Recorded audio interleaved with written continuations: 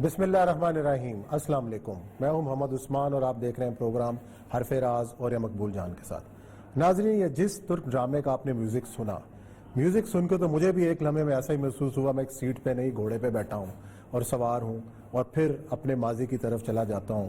ایک ڈرامہ جس نے پاکستانی قوم کو بھی جگا دیا، جس نے ترکی کے نوجوانوں کو بھی ایک نئی جلا دی، نیا حوصلہ دیا اور اپنے ماضی سے روشناس کرایا.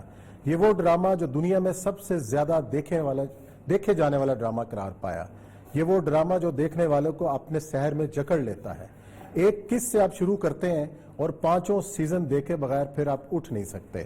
اس ڈرامے نے کیا کیا نظریاتی محاذ پر کام انجام دیا، کس طریقے سے دنیا کی سوچ بدلی اور خاص طور پر مسلمان نوجوانوں کے اندر کیا احساس بیدار کیا، یہ ہے آج کا ہمارا پہلا موضوع. اور اس ڈرامے کو لے کر پاکستان کے اندر ایک خاص طبقہ پروپیگنڈا میں مصروف ہے کہ کیا ہمارے قومی ہیروز یا ہمارے لوکل ہیروز ختم ہو گئے کہ جو ہم ایک غیر کو اپنا ہیرو بنا کر پاکستانی میڈیا کے اوپر چلا رہے ہیں. اسی پر اب بات کریں گے. اور یہ صاحب ارطغرل بلا شبہ ایک بہت بڑا ڈرامہ. یہ اتنی تکلیف ہے نا اس وقت.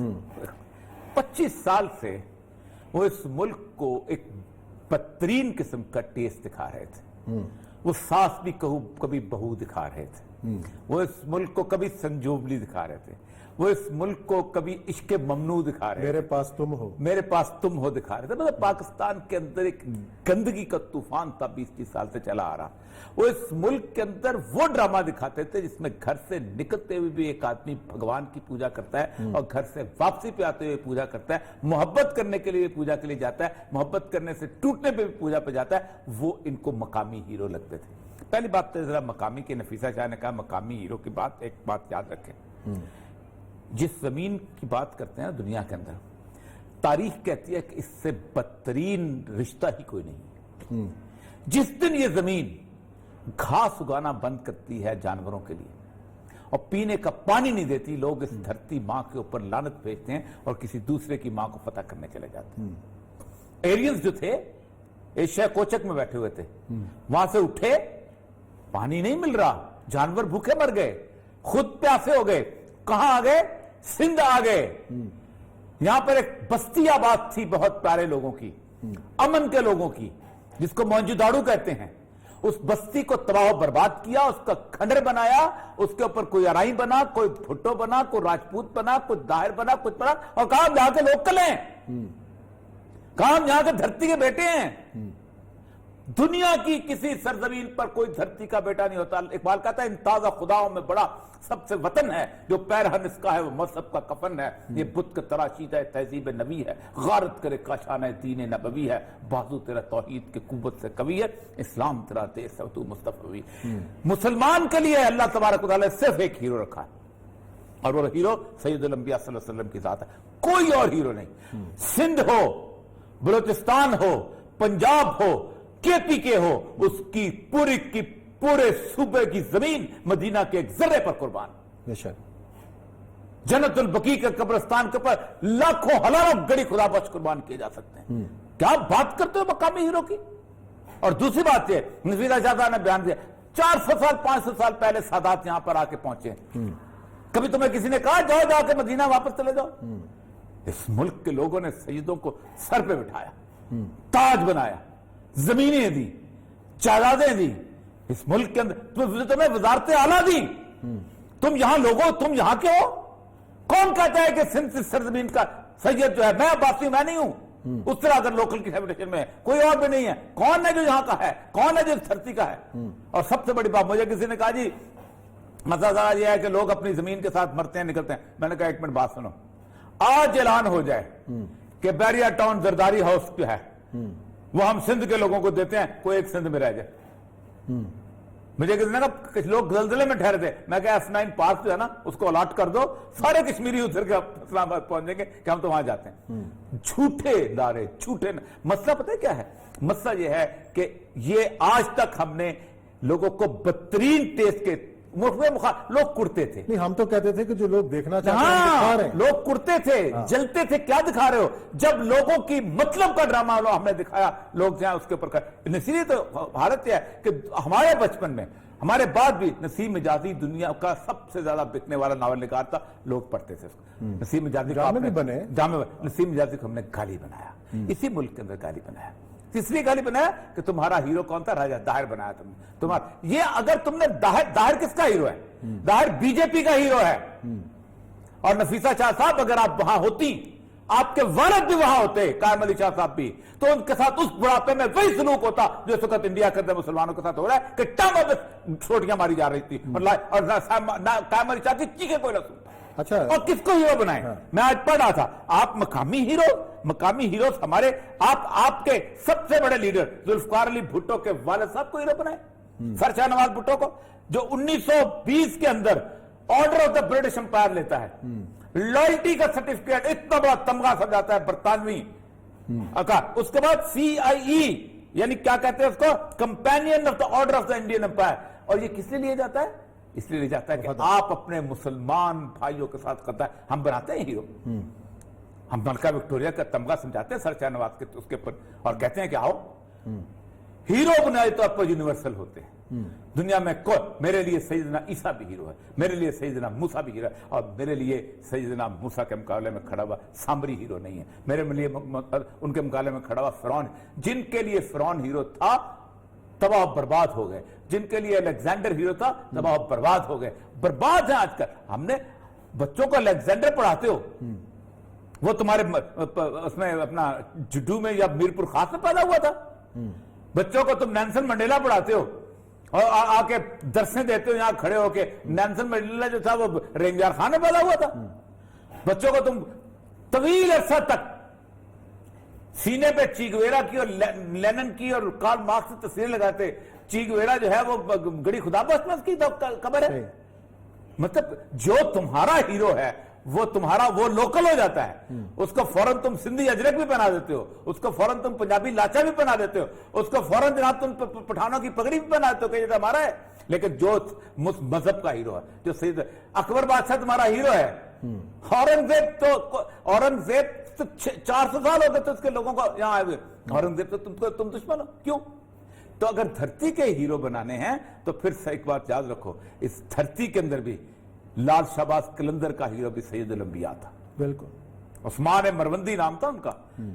شاہ عبد الطیف کا ہیرو بھی سید الانبیاء صلی اللہ علیہ وسلم تھا. کون سا صوفی ہے جس کا ہیرو مدینے میں نہ ہو؟ کون سا صوفی ہے جس کا ہیرو مکے میں نہ ہو؟ کون سا ہیرو ہے جس کا ہیرو نجف میں نہ ہو؟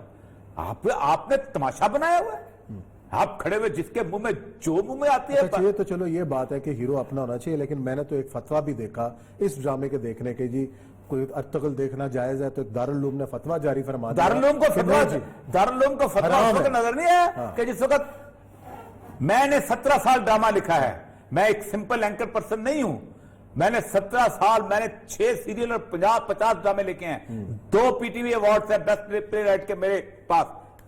اللہ تعالیٰ تبارک و تعالیٰ مجھے بہتر لکھنے کی توفیق تھی. ابھی میں سمجھتا ہوں میں بہتر نہیں لکھ پایا, اس کے باوجود بھی میں سمجھتا ہوں ہم نے اس 20 سالوں کے اندر کیا دکھایا. فلاں کی بیوی فلاں کے خاوند کے ساتھ بھاگ گئی, فلاں کا خاوند فلاں کی بیوی کے ساتھ, چاچا بھتیجے کے ساتھ. آپ نے اس ملک کی اخلاقیات کا بیڑا غرق کیا. میں سمجھتا ہوں کہ عمران خان کی اس بات کے اوپر عمران خان واقعی قابل تحسین, کہ اس نے جو ارطغرل کو کہا ہے اور اس کو لگایا ہے اور واقعی ٹھیک کیا ہے, اور وہ اس کی جو بھی ہے یہاں تعریف کی بات ہے وہ تعریف کی بات ہے. اور ایک بات یاد رکھیں, اس کرونا کے دنوں میں جہاں پر لوگوں کو دیکھنے کے لیے کچھ نہیں ملا, لوگ سوئچ کر گلو ہو گئے. اچھا کہا جا رہا ہے کہ PTV کا بھی مقبول ترین ڈرامہ بن چکا ہے. ان کے ساتھ دوسری دفعہ ہوا ہے. پہلے خلیل الرحمان قمر نے ان کے سر پہ جوتیاں ماری, وہ ان کو چیخیں ابھی تک مرچیں ختم نہیں ہوئی تھی, ٹھیک, وہ اس نے تو اپنے چکر میں مار دی اس میں. یہ اللہ کی طرف سے ہوتا ہے. اور دوسرا اب ارطغرل آ گیا. اب ارطغرل جو بھی ہے, میں اس کے ٹیکنیکل ایشوز پہ بات نہیں کرنا چاہتا, لیکن اس ڈرامے کا جو پیغام ہے اصل میں تو وہ نظری ہے.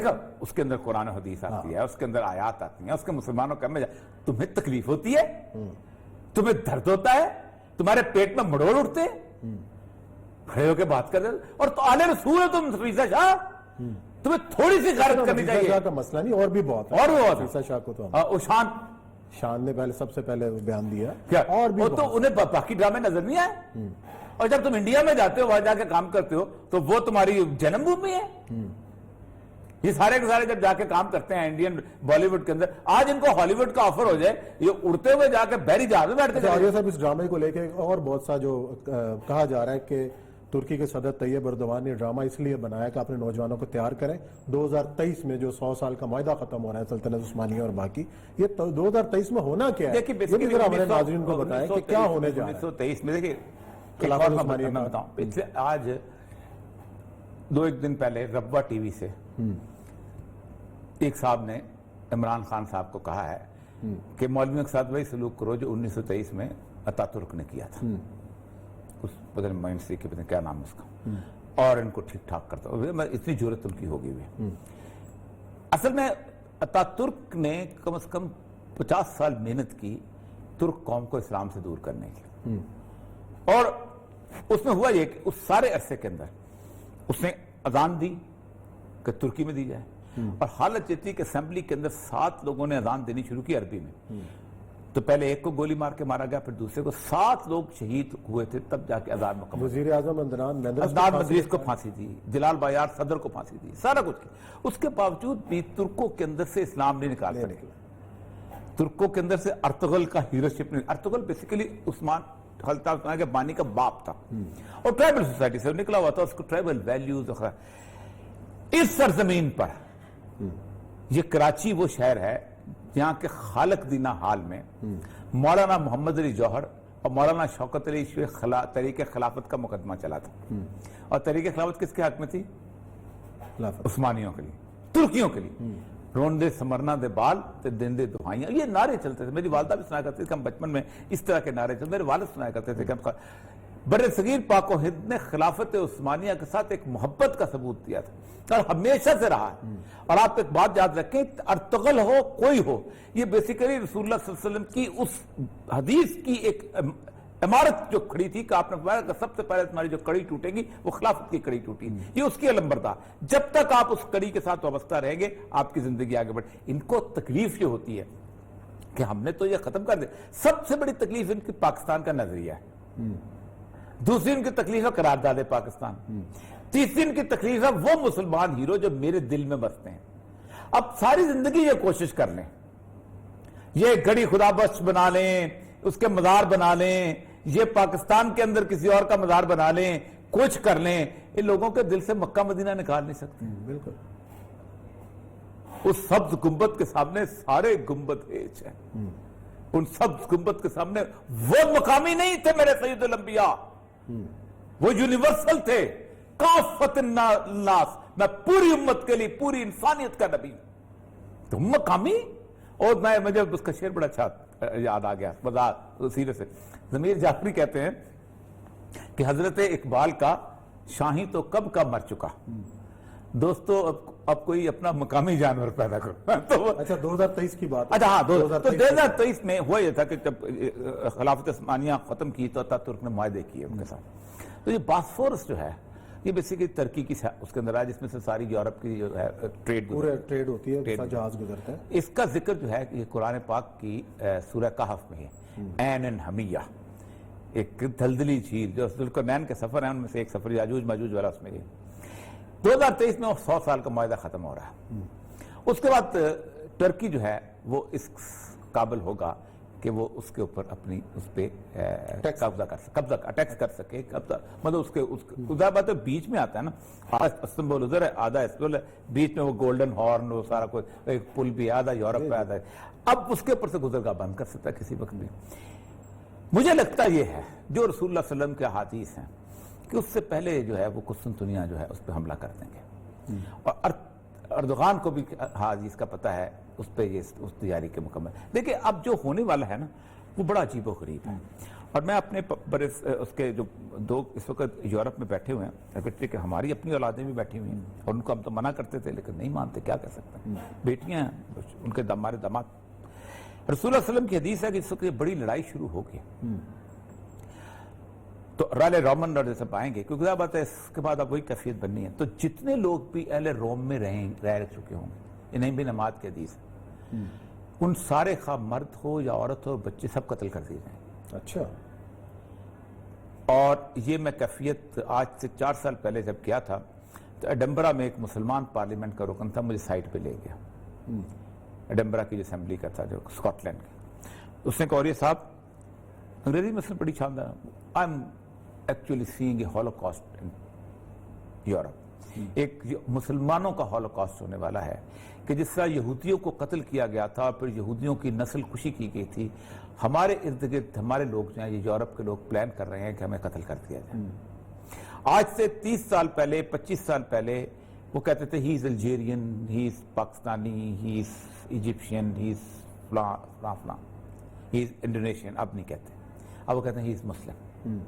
اب وہ پہچان ایک ہو گئی ہے، اور مسلم سے بھی زیادہ وہ عرب سیرسن سے، اور رسول اللہ صلی اللہ علیہ وسلم نے یہی کہا ہے کہ وہ رومنز جو ہیں، وہ بات آپ تشبیہ، تو یہ مجھے لگتا یہ ہے کیونکہ آخری جو شہر فتح کرنا ہے امام مہدی نے وہ قسطنطنیہ ہے، تو اس کا مطلب یہ ہے کہ قسطنطنیہ سے پہلے جو ہے استنبول جو ہے اس طریقے، تو بہرحال اینی ہو اس مسئلے میں عمران خان صاحب جو ہیں وہ واقعی اپریسیشن کے، اللہ تعالیٰ ان کو مزید توفیق دے، ایسے کام کر چھاتیوں پہ مونگ ڈلے، ظاہر بات ہے اس کی تو تسبیح بری لگتی ہے نا ان کو، اچھا اس کی تو انگوٹھی بری لگتی ہے نا۔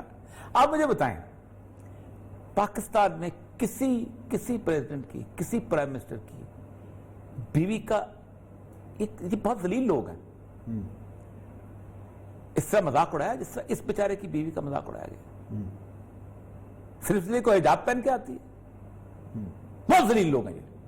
چلیں جی، اور ایسا اللہ تعالیٰ ایسے لوگوں کو ہدایت دے۔ ناظرین یہاں لیتے ہیں بریک، اور بریک کے بعد آئیں گے اور ذکر کریں گے بھارت کا کہ بھارت کیا گل کھلا رہا ہے اور کیا کھیل کھیلنے والا ہے، اور خاص طور پر بلوچستان کے اندر کون سی سازشیں رچانے کے چکر میں ہے، بات ہوگی بریک کے بعد۔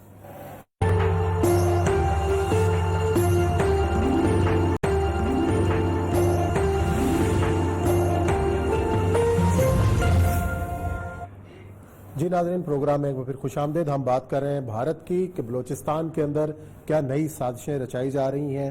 کھلے عام بھارتی ٹیلی ویژن چینلز پر بھارت کے فوجی جس قسم کی گفتگو کر رہے ہیں وہ پہلے وہ سنتے ہیں، پھر بات کو آگے بڑھاتے ہیں۔ سنائیں جی، اور یہ صاحب یہ جس قسم کی بات ہو رہی ہے اور جیسی کھلے عام رابطوں کا اعتراف کر رہا ہے بھارت کا ایک جرنیل، اور جس طریقے سے کھلے عام دھمکیاں دے رہا ہے بھارت کے جو اب کے ڈیزائن ہے، یہ کیا فرسٹریشن ہے جو بھارت یہ جو آخری نکال چیزیں رہا ہے؟ ہیں، یہ آخری چیزیں ہیں۔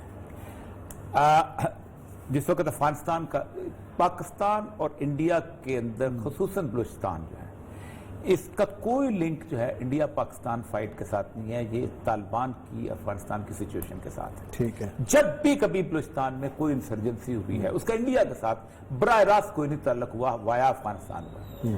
1960s میں جس وقت پہلی دفعہ، بلکہ 60 سے پیچھے چل رہے ہیں، 48 میں جس وقت لیاقت خان افقلات کے بھائی جو تھا سردار شہزادہ عبدالکریم، جب وہ بھاگا تھا تو افغانستان چلا گیا تھا اور اس نے کہا تھا کہ میں وہاں سے انسرجنسی، اور انڈیا نے وایا افغانستان اس کو سپورٹ کیا تھا۔ اس کے بعد جب 60s کے اندر سردار شیرو کی موومنٹ شروع ہوئی اس جھلوان کے علاقے کے اندر تو وہ بھی وہیں چلا گیا تھا۔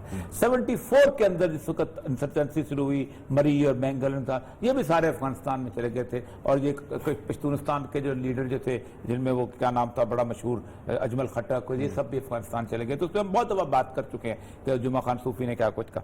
تو افغانستان میں جب انڈیا اپنا انفلوئنس کم ہوتے دیکھتا ہے تو پھر بلوچستان کے اندر وہ حرکتیں کرتا ہے۔ اب بلوچستان میں جس جگہ پہ یہ حرکت ہوئی ہے یہ آئی ڈی کی حرکت ہوئی ہے۔ اگر آپ کبھی اس میں مسئلہ ہے کہ پاکستان میں لوگ جانتے نہیں کہ صورتحال کیا ہے۔ بلوچستان میں اگر آپ سوراب سے چلیں جس زمانے وہ تو آپ اگر ناگ بسیما سے ہوتے ہوئے بلوچستان میں تربت تک پہنچے تو آپ کو شاید رستے میں 1 یا 2 گاڑی نظر آئے۔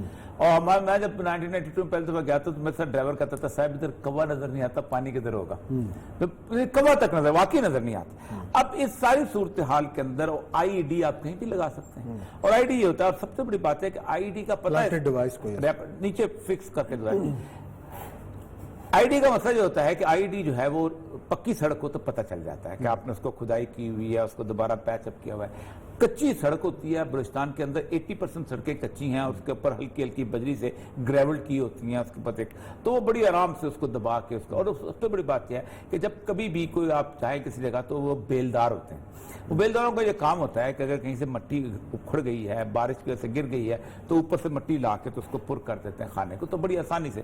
تو یہ کوئی اتنا بڑا مسئلہ نہیں ہے کہ اگر آئی ڈی کے تحت جاتے کون یا تو مقابلہ کرتے کرتے جیسے کشمیر میں ہوتا ہے کہ مقابلہ کرتے کرتے وہ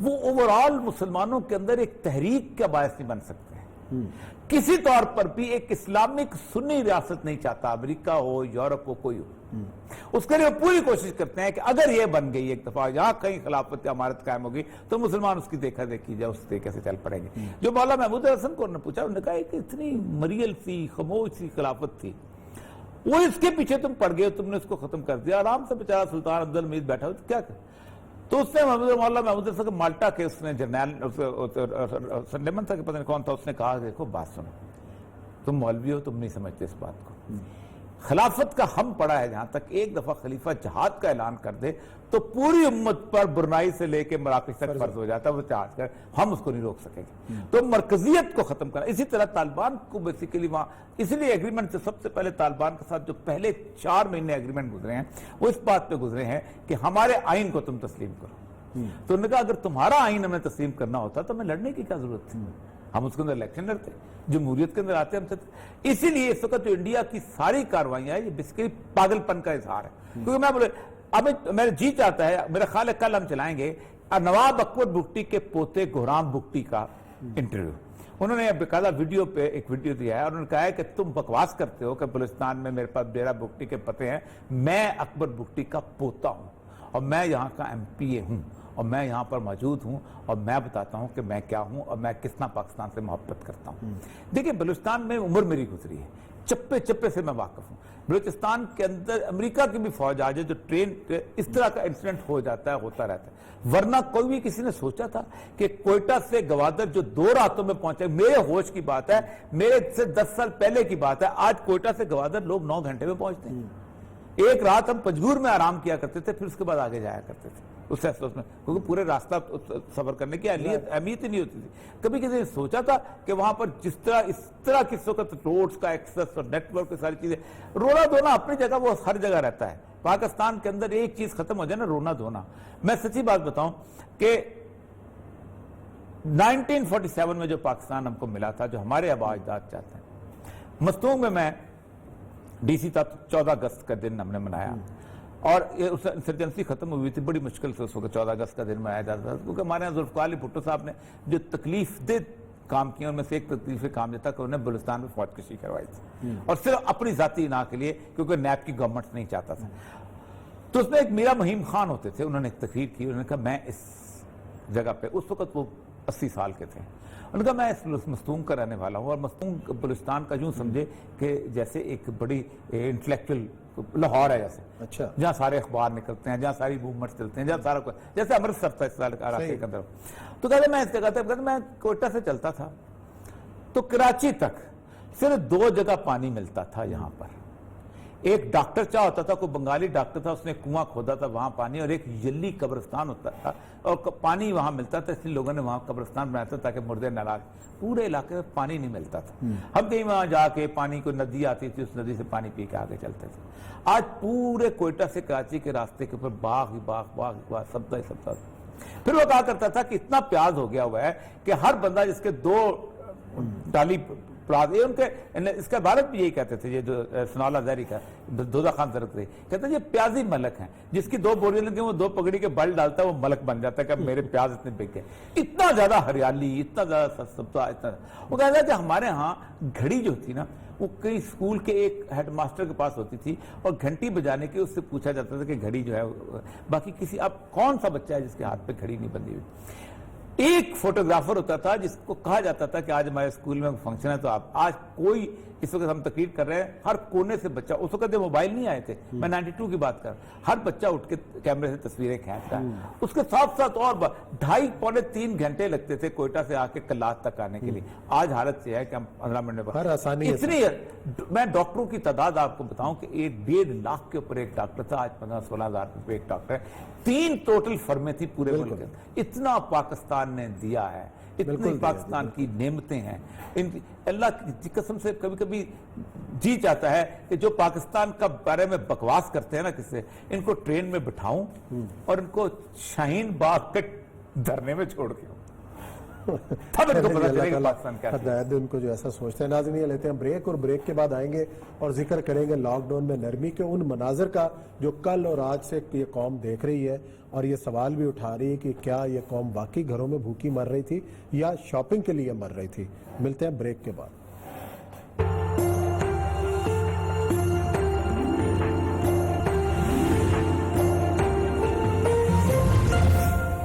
جی ناظرین، یہ ہیں وہ مناظر جو کل اور آج ہم اپنی سڑکوں پر ملاحظہ کر رہے ہیں، اپنے بازاروں میں دیکھ رہے ہیں، اپنی مارکیٹوں میں دیکھ رہے ہیں، اور یہ لاک ڈاؤن نرم کرنے کے بعد کی صورتحال ہے۔ حالانکہ لاک ڈاؤن جو ہے 31 مئی تک جاری ہے، کچھ جو ہیں وہ پابندیاں نرم کی ہیں، لیکن قوم تو ایسے باہر نکل رہی ہے، اور یہ صاحب جیسے کہ اس نے ساری شاپنگ آج کمشنر کا ہاں ٹویٹ ہے، بڑا خوفناک ٹویٹ۔ اس نے کہا ہے کہ آج صرف اسلام آباد میں 679 یعنی 680 کیسز آئے ہیں، 76 پیپل ایڈمٹ ہوئے ہیں، میں سے 12 وینٹیلیٹر پہ ہیں۔ 12 وینٹیلیٹر کا مطلب یہ ہے کہ ایک دفعہ وینٹیلیٹر پہ گیا تو گیا، یعنی بہت وینٹیلیٹر سے واقعی بہت کم ہوتی ہے، 12 بندے کی بہت بڑی تعداد ہے۔ ان لوگوں کو کچھ سمجھ نہیں آتا، ہم سیریس لے ہی نہیں رہے اس میں۔ قطعاً ہم پہلے دن سے کیا رونا رو رہے ہیں کہ ڈنڈا پی رہے بگڑیاں تگڑیاں تھا۔ یعنی آپ سوچیں کہ یہ قوم ہے، یہ بھوکی بیٹھی ہوئی تھی گھر میں، جس کی یعنی اس وقت جو شاندار قسم کی جو ڈیزائنر کی دکانوں کے اوپر کاروں کا رش ہو اور لوگ گزر نہ سکے، بند ہونے چاہیے تھے ڈیزائنر کی شاپ اس وقت۔ آپ مجھے بتائیں، ایک ڈیزائنر ہے جس سے 6 لاکھ روپے کا ویڈنگ سوٹ بنایا ہوا، اس نے کم کمایا ہوا ہے کہ وہ 6 مہینے بیٹھ کے گھر میں کھا نہیں سکتا، وہ 4 مہینے لوگوں کے اپنے غریبوں کی تنخواہ نہیں دے سکتا۔ یعنی پاکستان مجھے سمجھ نہیں آتی۔ اصل مسئلہ یہی ہے کہ اس وقت ابھی تک میں آج بھی بلاول کی تقریر سن رہا تھا، کل میں اسمبلی کی تقریر سن رہا تھا، تکلیف ہوتی ہے ہمارے سیاست کو دیکھ کے۔ اس نے کہا تھا کہ میری وطن کی سیاست کا حال مجھ شورش کا شعر ہے، میرے وطن کی سیاست کا حال مت پوچھو، گری ہوئی ہے طوائف تماش بھی نہ ہو، تماش بھی نہیں۔ اب کوئی مجھے یہ بتائے، یہ موقع تھا اسمبلی سے واک آؤٹ کرنے کا؟ آپ تقریر کر کے واک آؤٹ کر کے چلے گئے۔ یہ موقع تھا کہ مجھے وہ تعصبات کی وہ بات ہے، اور مراد سے تقریر شروع کیا اور بات کیا۔ میرا خیال ان کو واک آؤٹ سے میرا خیال دونوں کا آپس میں کوئی خوبصورتی کا کمپٹیشن کا ایشو ہے، مراد سعید کا بلاول کا آپس میں کوئی ایسا مسئلہ ہے، پرسنالٹی کلیش ہے، کوئی شاید دونوں کو اپنا جو ہے نا میک اپ مین بدلنا چاہیے کہ آپس میں تھوڑا سا شیئر کرنا چاہیے، خوبصورت بات ہے۔ مسئلہ سر تکلیف دہ بات یہ ہے کہ اگر یہ عید تک یہ بڑھ گیا جو نظر تو یہ عید کس نے دیکھی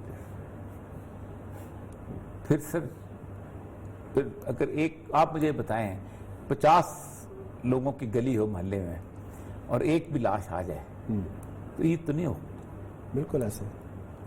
لیکن نہیں، نہ ہم نے ڈاکٹروں کی سنی، نہ ہم نے بڑوں کی سنی، ہمیں کسی نے کہہ دیا۔ اصل میں پہلے دن سے ہم کہتے آئے ہیں کہ یار اس پاکستان کی گراؤنڈ ریالٹیز کے مطابق کام کرو۔ ہم اس وقت سوال ہی نہیں اٹھاتے کہ سندھ میں تم نے پچھلے سال 97 ارب روپیہ رکھا تھا، اس سے پہلے 116 ارب رکھا تھا، 200 ارب 2 سالوں میں رکھا ہے ہیلتھ کے اندر۔ ہم یہ سوال ہی نہیں اٹھاتے کہ وہ بجٹ کہاں چلا گیا، چھوڑ دیں، اس لیے کہ ہیلتھ کے منسٹر صاحبہ تو بہت بڑی خط آپ کو پتہ کون ہے۔ اسی طرح پنجاب میں ہم یہ سوال ہی نہیں اٹھاتے کہ ہیلتھ کا پیسہ کہاں گیا۔ آج میں ایک بات کر رہا تھا اپنے رپورٹر سے، اس وقت جو لاہور کے ہسپتالوں کی جو صورتحال ہے وہ ڈبل ہو گئی ہے، کیپیسٹی وہاں پہ جگہ نہیں رہی، اور سب جگہ مریض لاہور میں۔ عثمان صاحب صورتحال پتہ کیا ہے، پرائیویٹ اسپتال بند ہو چکے ہیں۔ ایک بچہ، ایک بندہ کل مجھے ملا، اس کا بچہ جو انتہائی شدید بیمار ہے، وہ چاہتا تھا کہ کوئی پیڈیاٹریشن کو دیکھے، پیڈیاٹریشن نہیں ہے، سارے بند، صرف کرونا ہم دیکھ رہے ہیں تب بھی بند ہے۔ تو اس کا مطلب یہ ہے کہ جو لوگ سانس کی بیماری سے مر رہے ہیں وہ علیحدہ مر رہے ہیں، جو لوگ ہارٹ اٹیک سے مر رہے ہیں وہ علیحدہ مر رہے ہیں، جو بندہ کینسر کے مریض ہے کہاں کچھ بھی نہیں ہو رہا۔ اس کا مطلب یہ ہے کہ آپ کچھ نہیں کر رہے ہو، بالکل، اور یہ بڑی تکلیف دہ چیز ہے کہ ہم کچھ نہیں کر رہے۔ اگرچہ کہ ہمارے ملک کے اندر فلنتھراپسٹ نکلا ہوا ہے، وہ سبزیاں بھی پہنچا رہا ہے، لیکن اس سے تو مرضی نہیں سیکھو۔ لیکن جو مشن اثار کرنے والے لوگ ہیں کب تک یہ کام جاری رکھتے ہیں؟ کب تک؟ اور سب سے بڑی بات یہ ہے کہ آپ گھر ڈالتے جا رہے ہو، آپ گھر ڈالتے جا رہے ہو۔ آپ آج سے 2 مہینے پہلے جتنے کیس تھے، اگر آپ نے کرفیو لگایا ہوتا تو وہیں رک جاتے، آگے نہ بڑھتے۔ آپ نے آہستہ آہستہ اس میں سے کیا لیک آؤٹ کیا فلاں کیا. اب دیکھیں نا میری بات ہے, جو گاڑی کا ایئر کنڈیشن ہے, اس گاڑی کے ایئر کنڈیشن کا کوئی کنٹرول ہی نہیں ہے. اس کے اندر سے کہاں سے ہوا آ رہی ہے, کس جگہ آ رہی ہے, کہاں پہنچ رہی ہے, میرے منہ پہ لگ رہا ہے براہ راست. میں اگر پین بھی لوں, کتنا پین لوں گا, کتنی تک گاڑی کے اندر ریلیکس کر جاتے. پھر بڑی ویگن سے اس کے اندر جو ظاہر چلی تو ہیں, دنیا پوری نے بند کر دی ہوئی ہے, خوف ہی نہیں ہے. شاید اب بہت زیادہ ہم سمجھتے ہیں کہ آبادی بہت زیادہ ہو گئی ہے, تو ہم تو ہم یہ سمجھتے ہیں کہ ہم نے بازاروں میں نکل کے اپنے پاؤں کے نیچے دے کے ہی مار دینا کورونا. مار دینا چاہیے. ہاں یہی سوچ ہے نا, ہرڈ امیونٹی کہتے ہیں اس کو, ایک بڑا نیا کانسیپٹ ہے کہ جب ساروں کو ہو جاتے تو کوئی نہیں مرتا. اس کو ہرڈ امیونٹی کہتے ہیں کہ جب سارے ہی کرونا ہونا تو وہ ختم. ان کو یہ نہیں پتا کہ پھر ایسے مرتے ہیں جیسے ٹاؤن میں تو پلیگ میں مرے تھے, کہ لوگوں نے بلڈوزر کے ساتھ لاشیں جو تھیں وہ دفن کی تھیں. بہت تکلیف صورتحال ہے, اور یہ اب عمران خان صاحب کو سوچنا چاہیے کہ یہ وہ قوم ہے کہ جس قوم کو پٹا کھلا ہے نا, جیسے پٹا کھلا ہے. آپ سوچیں کہ خوف سے باہر ابھی نہیں نکلتے. ویسے تو سارے یہی رویہ ہے. نہیں عثمان میں دیکھ لیں, انڈیا پاکستان بنگلہ دیش ایک ہی طرح کی قوم ہے. اچھا, ایک ہی طرح قوم ہے. لیکن اس کے باوجود بہت کم جاپان میں, چین میں, اٹلی میں بھی, باقی جگہ بھی. ایک بات بتاؤں آپ کو, خوف وہاں ہے, چھوٹی سی چیز کا بھی خوف ہے وہاں. صحیح بات, چھوٹی سی چیز کا بھی. وہاں بھی جو نکلتے ہیں نا بڑے اور طرح کرے. اٹلی میں شروع میں نکلے تھے, اب وہ بورس جانسن کی ایسی تیسی کرتے ہیں. بولو, بورس جانسن نے بھی لائٹ لیا, اٹلی والوں نے بھی لائٹ لیا, ڈیلے کر دیا. اب وہ پتا چل گیا ان کا. نیو یارک میں کوئی نکل کے دکھائے, وہ جوس نکلے ہیں, انہوں نے مار کے اندر کر دیا. ان کا تمہاری ایسی تھی, یوم کپور کی تمہاری ایسی کی, جاؤ اندر. نہیں منا دیا ان کو, جنازہ نہیں پڑھنے دیا. صحیح بات, خوف ہے. اللہ کرے کہ اس خوف سے جو ہے ہم کچھ سیکھ لیں اور بچ جائیں, اپنی احتیاط خود کریں. ناظرین, یہ پروگرام کا وقت ختم ہوا. کل انشاءاللہ نئے موضوعات کے ساتھ آپ کی خدمت میں حاضر ہوں گے. اپنا بہت خیال رکھیے گا. اللہ حافظ.